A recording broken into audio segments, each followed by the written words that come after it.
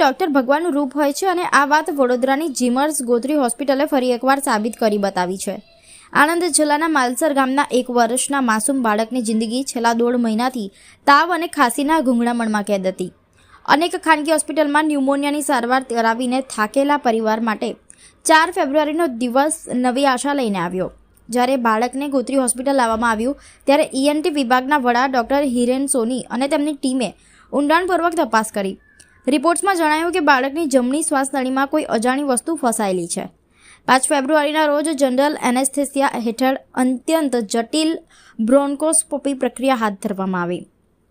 Operation દરમિયાન જે બહાર આવ્યું તે જોઈને તબીબો પણ ચોંકી ઉઠ્યા. બાળકની શ્વાસ નળીમાં એક નાનકડો LED બલ્બ ફસાયેલો હતો, જે 1.5 મહિનાથી બાળકની પીડાનું કારણ હતું. તેને ડૉક્ટર સોનીએ કુશળતાપૂર્વક બહાર કાઢ્યો. આજે એ માસૂમના શ્વાસ ફરી મુક્ત થયા છે અને પરિવારની આંખોમાં હર્ષના આંસુ છે. ગોત્રી હોસ્પિટલના અદ્યતન સાધનો અને તબીબોની માનવતાએ એક દીવાને બુઝાતા બચાવી દીધો.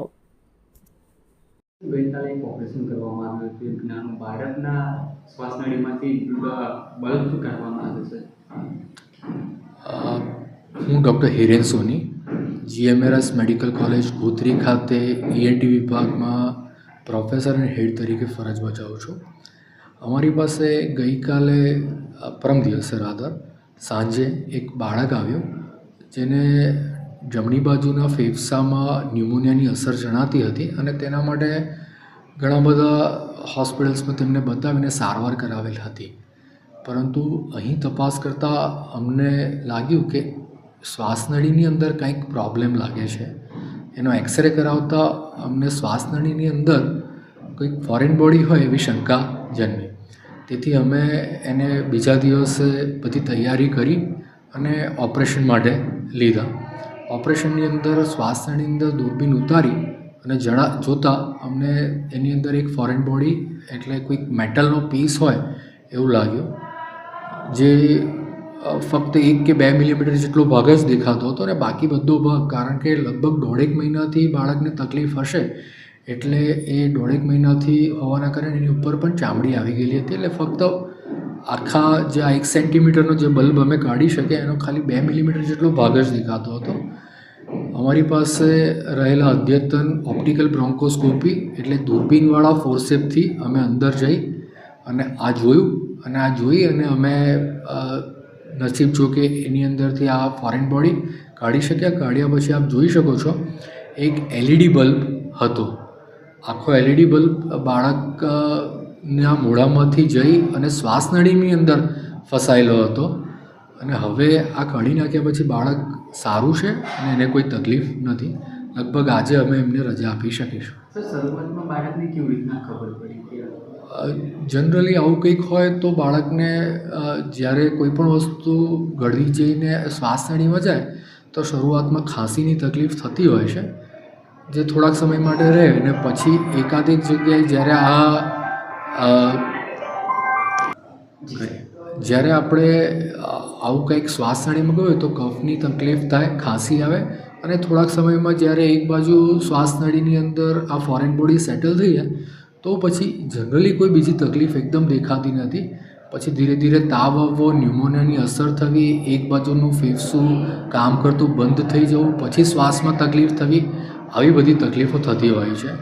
પણ આ બધી વસ્તુની અંદર આપણને ખ્યાલ આવવો જોઈએ કે ક્યારે પેશન્ટને આવી હિસ્ટ્રી હોય તો આપણે વિજિલન્ટ રહી અને આ બાબતમાં તપાસ, એટલે આપણું હાઈ સસ્પિશન હોય, આપણી શંકા પ્રબળ હોય તો જ આવા કેસો આપણે પકડી શકીએ છીએ. શરૂઆતમાં જેટલું શરૂઆતમાં આ કરીએ એટલું બાળકને તકલીફ ઓછી અને ફેફસા બગડવાના શક્યતા ઘણી ઓછી રહે છે. મારી લગભગ 25-30 વર્ષની પ્રેક્ટિસ દરમિયાન એવું કહી શકાય કે આવું LED બલ્બવાળો કેસ મારા ધ્યાનમાં પહેલી વખત આવેલો છે અને તે પણ માત્ર 1 વર્ષના બાળકમાં, જે બીજું કંઈ ખાવાનું આપણે ચાલુ ના કરેલું હોય તેમનામાં પણ આવું ફોરેન બોડી નીકળવી તે ઘણી આશ્ચર્યજનક વાત છે. આના સિવાય અમે બીજી ફોરેન બોડી જેવી કે થોડાક 5-6 વર્ષના બાળકમાં જ્યારે CT ગળી ગયા હોય, જે આપણી CT આવે જે આપણે ફૂંક મારીને કરતા હોય છે, એવી CT ગળી ગયા હોય તે પણ આપણે જોયેલું છે. એક રસપ્રદ કેસની અંદર એક 3 વર્ષનું બાળક હતું જેમાં એ ઘઉંના છોડનો પાર્ટ ગળી ગયા હતા, એટલે આખો 2-3 બ્રાન્ચીસ સાથે ઘઉંનો છોડ પણ અમે શ્વાસનળીમાંથી કાઢી શક્યા હતા, પણ LED બલ્બ અમને પહેલી વખત જોવા મળ્યો છે. સાહેબ આ LED બલ્બ કરવા માટે કંઈ ચીરા એવું કંઈ કરવા? ના, આ સમગ્ર પ્રક્રિયા અમે ઓપ્ટિકલ બ્રોન્કોસ્કોપી સિસ્ટમ એટલે કે ઓપ્ટિકલ બ્રોન્કોસ્કોપી સિસ્ટમ એટલે જે આપણો દૂરબીન સાથેનો ફોર્સેપ આવે જે સ્પેશિયલ હોય છે એના દ્વારા શ્વાસનળીમાં જઈ અને મોઢા દ્વારા જ એટલે વગર કોઈ કાપ કૂપે કે વગર કોઈ વગર કોઈ ચેકો કરીએ કે ક્યાંયથી કટ કર્યા વગર આપણે આ કાઢી શક્યા, તે સારી બાબત છે. સાહેબ માતા પિતા માટે પણ લાલબત્તી સમાન કિસ્સો કહી શકાય. આ એક એવો કિસ્સો છે જેનાથી આપણને જાણવા મળે છે કે જે નાના બાળકો છે જેને આપણે ઘણા એવા રમકડા કે ટોયઝ આપીએ છીએ કે અમુક નાની આર્ટિકલ્સ આપીએ છીએ, નાની વસ્તુ કે જે બાળકના મોઢામાં જવાથી એ ગળી શકે, તો આવી તકલીફ થઈ શકે. અને જેમ આ બાળકના માતા પિતા છેલ્લા 1.5 મહિનાથી હેરાન થઈ રહ્યા હતા અને નિદાન ન થાય તો આપણને ખ્યાલ જ ન આવે કે આપણા બાળકને શું તકલીફ છે, અને પછી જો નિદાન આગળ જતાં પણ શક્ય ના પડે તો આગળ જતાં બાળક ગુમાવવાનો પણ સમય આવી શકે. એના કરતાં આપણે પાણી પહેલાં પાળ બાંધીએ અને આવા નાના ઓબ્જેક્ટ જે બાળક ગળી શકે કે જે ત્યાંથી અન્નળી કે શ્વાસનળીમાં જઈ શકે એવી વસ્તુથી આપણે બાળકને દૂર રાખીએ તે સારી વસ્તુ છે. છેલ્લો પ્રશ્ન, બાળકની હાલત કેવી છે?